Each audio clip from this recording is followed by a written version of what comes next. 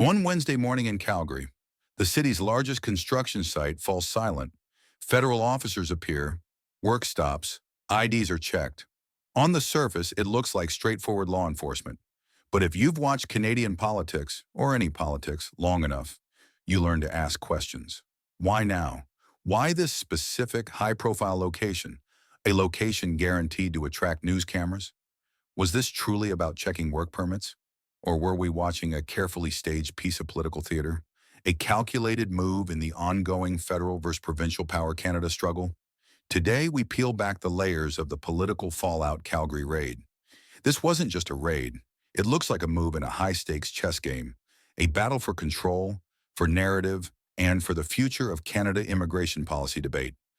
And the truth about CBSA and its new focus on enforcement within Canada might be far more complex than the official story suggests.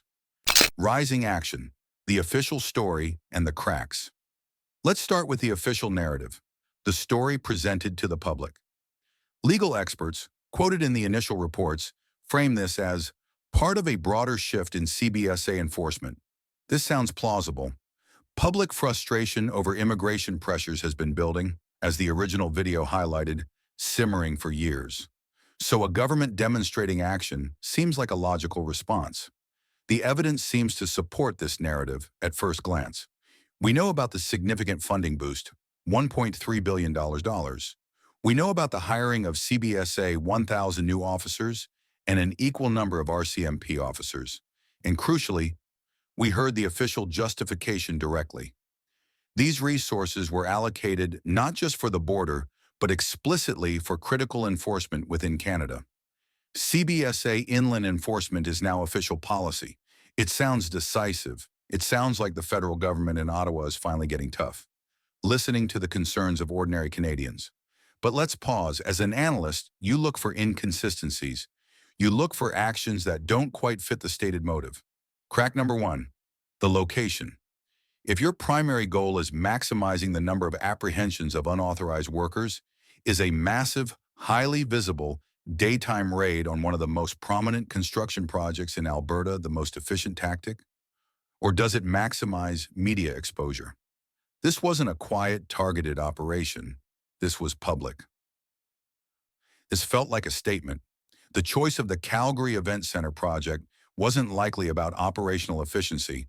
It seems to have been chosen for its symbolic value. Crack number two, the timing. Consider the political climate when this raid occurred. The Alberta immigration policy debate was reaching a fever pitch.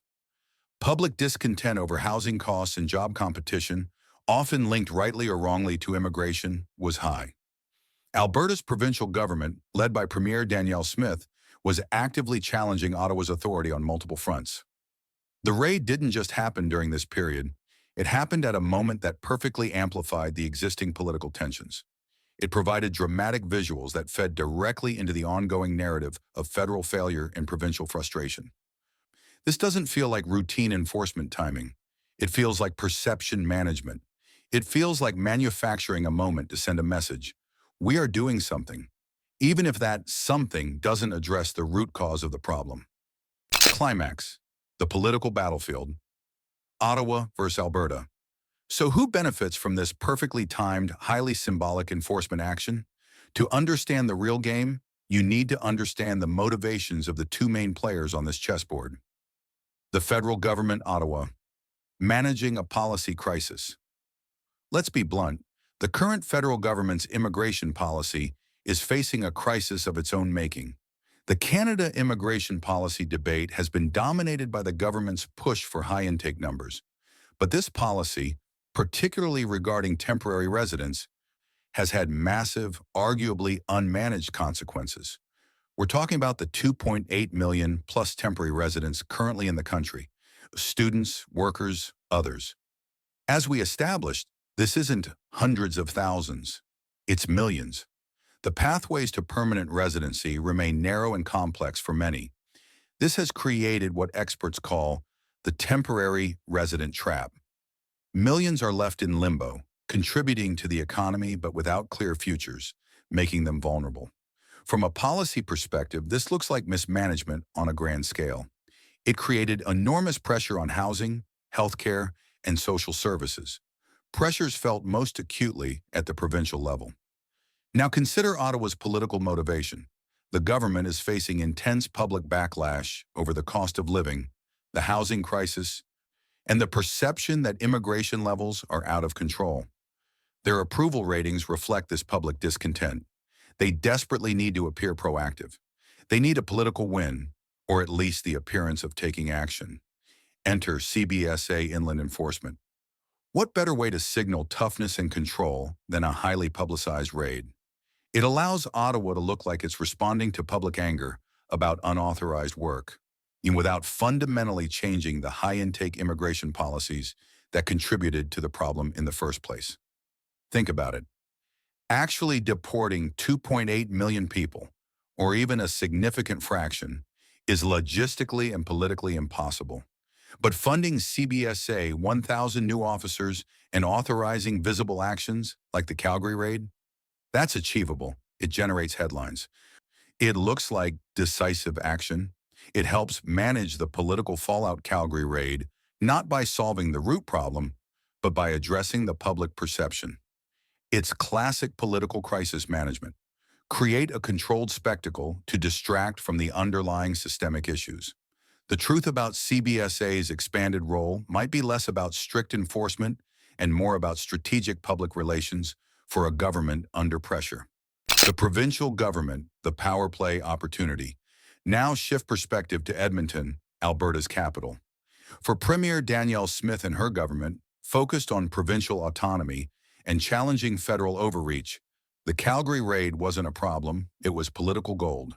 It was presented as irrefutable proof of their central argument. Ottawa's immigration policies are failing, and Alberta is paying the price. The raid perfectly validated the narrative they were already pushing. Look at how strategically Alberta leveraged this event.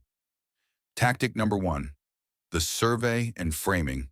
Shortly after the raid amplified public concern, Smith's government launched that controversial online survey. Crucially, the survey began with a video that explicitly framed the narrative, linking federal immigration policies directly to Alberta's high housing costs and unemployment. It wasn't just asking for opinions. It was telling Albertans what to be angry about and who to blame, Ottawa. Tactic number 2, the threat. The survey floated the idea of withholding provincial social programs from certain newcomers. This wasn't just policy musing, it was a direct challenge to federal jurisdiction over immigration settlement. It was a shot across Ottawa's bow in the federal versus provincial Power Canada battle. Tactic number 3, the endgame, the referendum, the ultimate leverage. The Danielle Smith referendum threat isn't just about immigration. It's part of a broader strategy under the Alberta Sovereignty within a United Canada Act. This act allows Alberta to potentially refuse enforcement of federal laws it deems harmful to the province. Potential referendum topics include creating a provincial police force, withdrawing from the Canada Pension Plan, and gaining more control over immigration. The Calgary raid and the public anger it stoked provided political fuel for this larger sovereignty agenda. It helped build the case that Alberta needs more power precisely because Ottawa can't manage its own files. The collision, who's playing whom?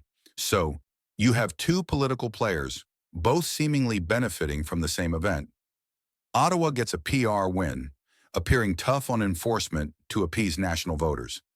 Alberta gets validation for its anti-Ottawa stance and fuel for its sovereignty push. It looks like a symbiotic political relationship, almost too convenient. And the workers caught in the raid, the ones facing potential deportation, whose lives were upended? Using the technique, the brutal truth, they appear to be pawns in this larger game of federal versus provincial Power Canada. Their personal dramas serve the political narratives of actors far removed from the construction site dust. Falling action, the endgame, perception, management, and sovereignty. So what is the real purpose of this new emphasis on CBSA inland enforcement? If it's not a serious attempt to solve the complex issue of 2.8 million temporary residents, what is it? It appears to be primarily about perception management. It's about creating visible enforcement actions, visible enforcement, that resonate with a public frustrated by perceived border chaos and economic strain. It provides political cover.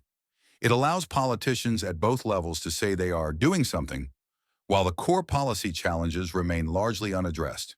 The truth about CBSA's role in this context might be shifting from purely operational to partly performative. It becomes an instrument used to signal government resolve, regardless of its actual impact on the ground. But there's a deeper game being played here, especially from Alberta's perspective. This ties back to the core issue raised in the original video, Canada's sovereignty. But the challenge isn't external, it's internal.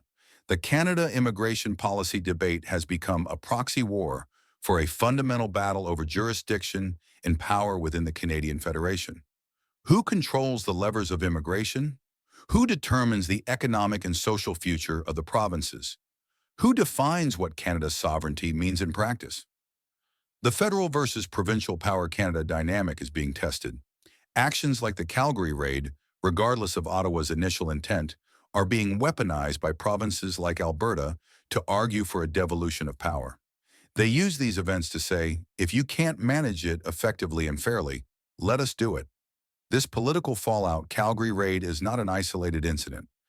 It's likely a preview of more jurisdictional battles to come. Resolution. The board is set. So when you look back at the Calgary immigration raid, don't just see federal officers checking IDs.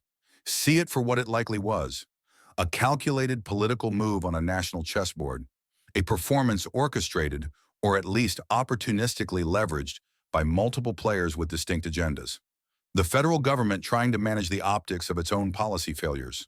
The provincial government seizing the moment to advance its fight for greater autonomy. The official narrative of simple law enforcement seems increasingly thin when viewed through this political lens. The silence around the consequences of Canada's immigration policies may have been broken, as the original video concluded. But perhaps it's been replaced by the calculated noise of political maneuvering. This forces us to ask a critical question about the nature of governance itself. Do you believe actions like the Calgary raid are genuine attempts to enforce the law? Or are they primarily political moves designed to manage public opinion? Share your perspective, your analysis, in the comments below. Stay legal.